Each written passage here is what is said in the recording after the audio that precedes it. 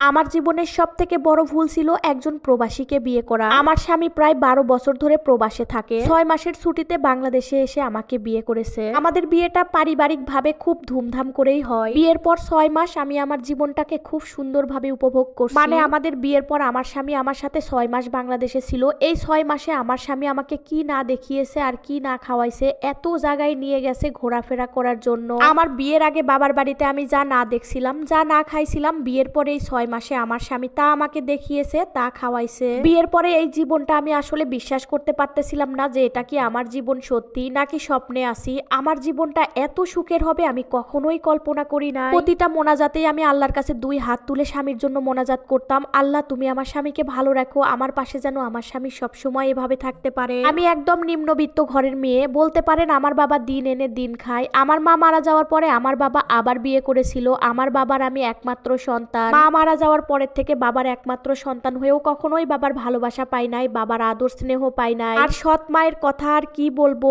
উঠতে বসতে সারাক্ষণ কথা শোনাতো, গায়ে পর্যন্ত হাত দিত, 2 বেলা ভালো মতো পেট ভরে খাবার পর্যন্ত দিত না। এই জন্য না আমি কখনোই বিশ্বাস করতে পারতাম না যে আমার কপালে এত ভালো একটা ছেলে পড়বে আর আমার কপালে এত সুখ আসবে। হয়তো বা সেই সুখটা আল্লাহ আমার কপালে 6 মাসের জন্যই লিখে রেখেছিল আর আমি ভেবেছিলাম আমার জীবন হয়তো এখানেই পরিবর্তন হয়ে যাচ্ছে। আমি না কখনোই কল্পনা করি নাই যে আমার জীবনে আবার কালো মেঘের ছায়া পড়বে। আমি বিয়ের আগে জানতাম ঢাকাতে আমার স্বামীর নিজস্ব ফ্ল্যাট আছে, গাড়ি আছে, বাড়ি আছে, সবই ঠিক আছে, কিন্তু এটা জানতাম না যে তার মা বাবা ভাই বোন বেঁচে আছে। বিয়ের আগে আমার স্বামী আমাকে বলেছিল আমি পুরোই একা, পৃথিবীতে আমার আপন বলতে তুমি ছাড়া আর কেউ নাই। বিয়ের পরে দেখতেছি তার মা ভাই বোন বাবা সবাই বেঁচে আছে। হঠাৎ করে আমাদের বাসায় একদিন মধ্যবয়স্ক একটা মহিলা আসে। আমার স্বামী তো বলল এটা আমার মা। আমি তখন ওই মহিলার সামনে আমার স্বামীকে কোনো প্রশ্ন করার সুযোগ পাই নাই। আমার স্বামীকে পরবর্তীতে এই বিষয়টা নিয়ে যখন প্রশ্ন করছিলাম, আমার স্বামী আমাকে ধমক দিয়ে বলল এই বিষয়গুলো নিয়ে আর আমাকে কখনো প্রশ্ন করবা না, এইগুলো আমার একান্তই ব্যক্তিগত বিষয়। ওই দিন না আমার স্বামীকে আর আমি কোনো কথা বলতে পারতেছিলাম না, শুধু অবাক হয়ে তার চেহারার দিকে তাকিয়েছিলাম। এই মানুষটাই কি সেই মানুষ?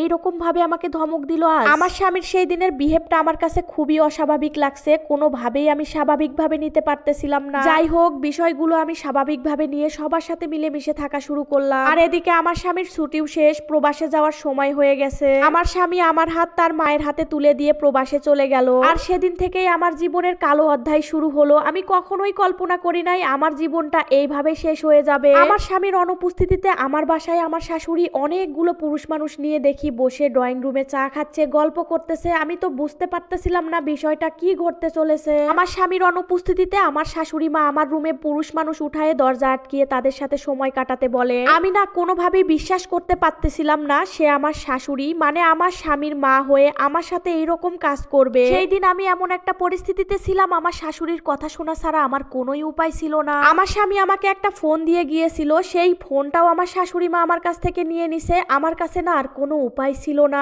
আমি যে কি করব ভেবে চিনতে পারতেছিলাম না। দিনের পর দিন শারীরিক মানসিক অত্যাচারে আমি একদম নিঃশেষ হয়ে যাচ্ছি। একের পর এক পুরুষ মানুষ আমার রুমে ঢুকাতো আর আমার শাশুড়ি মোটা অঙ্কের টাকা ইনকাম করতো। এভাবেই একটা বছর কেটে যায়, আমার স্বামী আমার কখনো খোঁজ পর্যন্ত নেয় নাই। আমি তো শুধু এটা ভাবতাম আমার স্বামী কি আমার কখনো খোঁজও করে না, আমার স্বামী কি তার মায়ের কাছে আমার কথা কোনোভাবেই জিজ্ঞেস করে না নাকি, আমি না কিছুই বুঝতেছিলাম না। হঠাৎ করেই একদিন আমার স্বামীর আসল রূপ বের হয়ে আসে। আমি যাকে শাশুড়ি জানতাম সেই মহিলাটা দেখি আমার স্বামীর সাথে একদিন হঠাৎ করে কথা বলতেছে। আমার স্বামী নাকি এই সব কাজের প্রধান গুরু, আমার স্বামী নাকি দরিদ্র মেয়েদের নিয়ে এসে, অসহায় মেয়েদের নিয়ে এসে এভাবে টাকা ইনকাম করে। ওই দিন না নিজের কান আর চোখকে আমি কোনোভাবেই বিশ্বাস করতে পারতেছিলাম না। তারপর থেকে আমার জীবনটা এভাবেই চলতেছে, এখন শুধু প্রতিটা মুহূর্ত মৃত্যুর অপেক্ষা করি।